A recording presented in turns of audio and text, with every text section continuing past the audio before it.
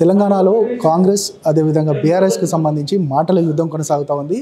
ఇక మంత్రులు పెద్ద ఎత్తున ఇక రైతు బంధు పైన కూడా తీవ్రమైన వ్యాఖ్యలు చేశారు. నిన్న నల్గొండలో ఇక చైర్పర్సన్కి సంబంధించి ఏదైతే జడ్పీ చైర్పర్సన్ సందీప్ పైన మంత్రి కోమటిరెడ్డి చేసిన వ్యాఖ్యలకు సంబంధించి బీఆర్ఎస్ పార్టీ పెద్ద ఎత్తున అపోజ్ చేస్తూ ఉంది. దీనికి సంబంధించి రాష్ట్ర రాజకీయాలపైన మనతో మాట్లాడడానికి మాజీ మంత్రి కొప్పులేశ్వర్ మనతో పాటు ఉన్నారు. సార్ చెప్పండి, ఎట్లా చూస్తారు అసలు మాటల యుద్ధం?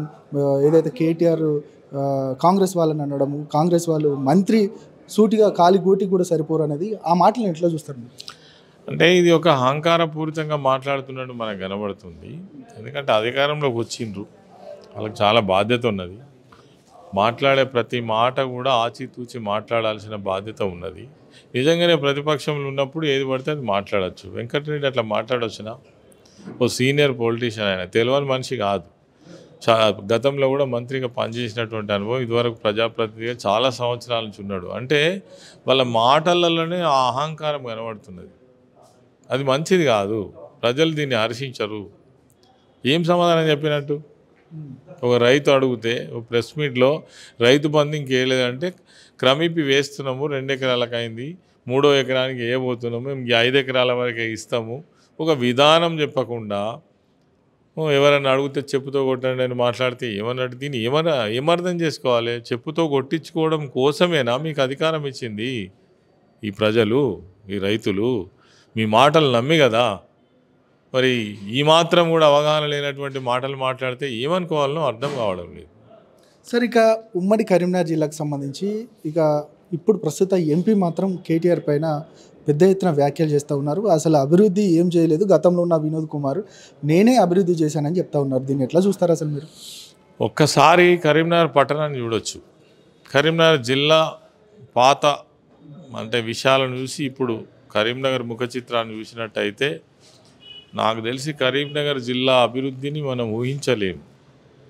తెలంగాణ రాష్ట్ర ఏర్పాటుకు పూర్వం కరీంనగర్ పట్టణం కావచ్చు, కరీంనగర్ జిల్లా పరిధిలో ఉన్నటువంటి ప్రాంతాలు కావచ్చు, గ్రామాలు కావచ్చు, అది రోడ్ల నిర్మాణం కావచ్చు, ఇరిగేషన్ వ్యవస్థ కావచ్చు, ఎడ్యుకేషన్ కావచ్చు, హెల్త్ కావచ్చు, అసలు ఎంత ఇన్ఫ్రాస్ట్రక్చర్ వచ్చింది, ఎంత డెవలప్మెంట్ అయిందనేటువంటిది మరి ప్రజలకు తెలుసు. ఒకటి ఏంటంటే అబద్ధాలు చెప్పడం అనేటువంటిది ఇటు బండి సంజయ్ కావచ్చు, ఇప్పుడు వచ్చిన రేవంత్ రెడ్డి కావచ్చు, దానిలో పనిచేస్తున్న చాలామంది మంత్రులుగా మొన్న బాధ్యత తీసుకున్న వాళ్ళు కావచ్చు, ఒక పరిపాటు అయిపోయింది. ఏదైనా కావచ్చు, ఒక అబద్ధం చెప్తే ప్రజలు పాపం వాళ్ళు పని పాట చేసుకునేటోళ్ళు ఇవన్నీ చర్చించరు. వాళ్ళు నిజమే కావచ్చు అనుకుంటారు. మొన్నటిదాకా ప్రభుత్వాన్ని 1,00,000 కోట్లని బదనాం చేసిరి. ఏది 1,00,000 కోట్లు ఎక్కడ? నిజంగానే మిమ్మల్ని నిరూపించంగా ఎవరద్దన్నారు? కాళేశ్వరం ప్రాజెక్టుకు పెట్టింది ప్రభుత్వం, అంటే అధికారికంగానే వాళ్ళు ప్రకటించింది 83 కోట్లేమో ఖర్చు పెడితే, ఇంత పెద్ద భారీ ప్రాజెక్టు, ఎన్నో రిజర్వాయర్లు ఉన్నాయి, 100 కిలోమీటర్ల కాలువలు ఉన్నాయి, పంప్ హౌజులు ఉన్నాయి, ఇవన్నీ ల్యాండ్ ఎక్వేషన్ కింద రైతులకు ఇచ్చిన డబ్బులు ఉన్నాయి. ఇవన్నీ పోను మీరు 1,00,000 కోట్లు మింగేసినని చెప్తే ప్రజలు నమ్మి మీకు ఓట్లేస్తే అహంకారంతో ఇలా మాట్లాడడం ఎంతవరకు కరెక్టు? దీన్ని తీవ్రంగా ఖండిస్తున్నాం. ఇది ఎవరు ప్రజలు కూడా హర్షించరండి ఇట్లా మాట్లాడడం.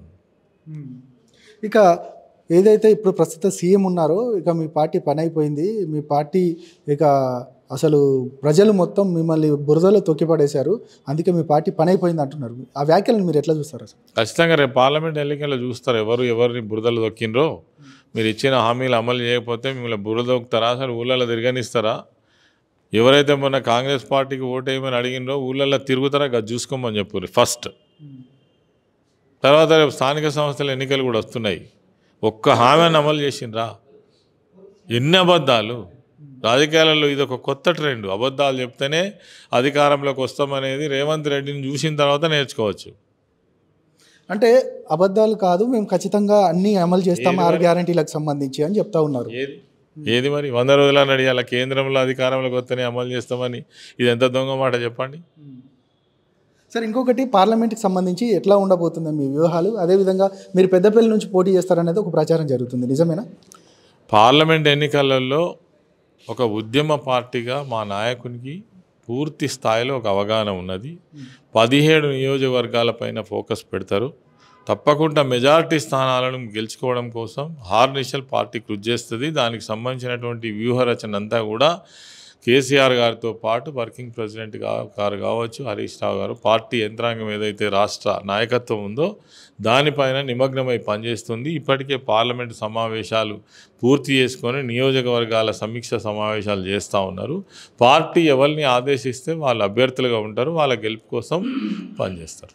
సార్, అంటే ఒక పెద్ద ఎత్తున ప్రచారం మాత్రం జరుగుతుంది. ఇప్పుడు ప్రస్తుత సిట్టింగ్ ఎంపీని కాదని ఇక మీకే టికెట్ రాబోతుంది అనేది మాత్రం ఇది ఎంతవరకు వాస్తవం? రకరకాల ప్రచారాలు జరుగుతుంటే అవి ఎంతవరకు వాస్తవం కాదు కదా. పార్టీ ఒక నిర్ణయం తీసుకొని ప్రకటించిన తర్వాత దాన్ని అథెంటికేషన్ అంటారు. Right, thank you. ఇది మొత్తానికి కొప్పుల ఈశ్వర్ చెప్తా ఉన్నారు. ఖచ్చితంగా ఒకవేళ ఏదైతే పెద్దపల్లి టికెట్ ఇస్తే నేను పోటీ చేస్తాను, ఇక ఏదైతే పూర్తిగా అధిష్టానమే శిరోధార్యం, అధిష్టానం ఏ నిర్ణయం తీసుకున్నా నేను ఖచ్చితంగా పాటిస్తానని చెప్తా ఉన్నారు.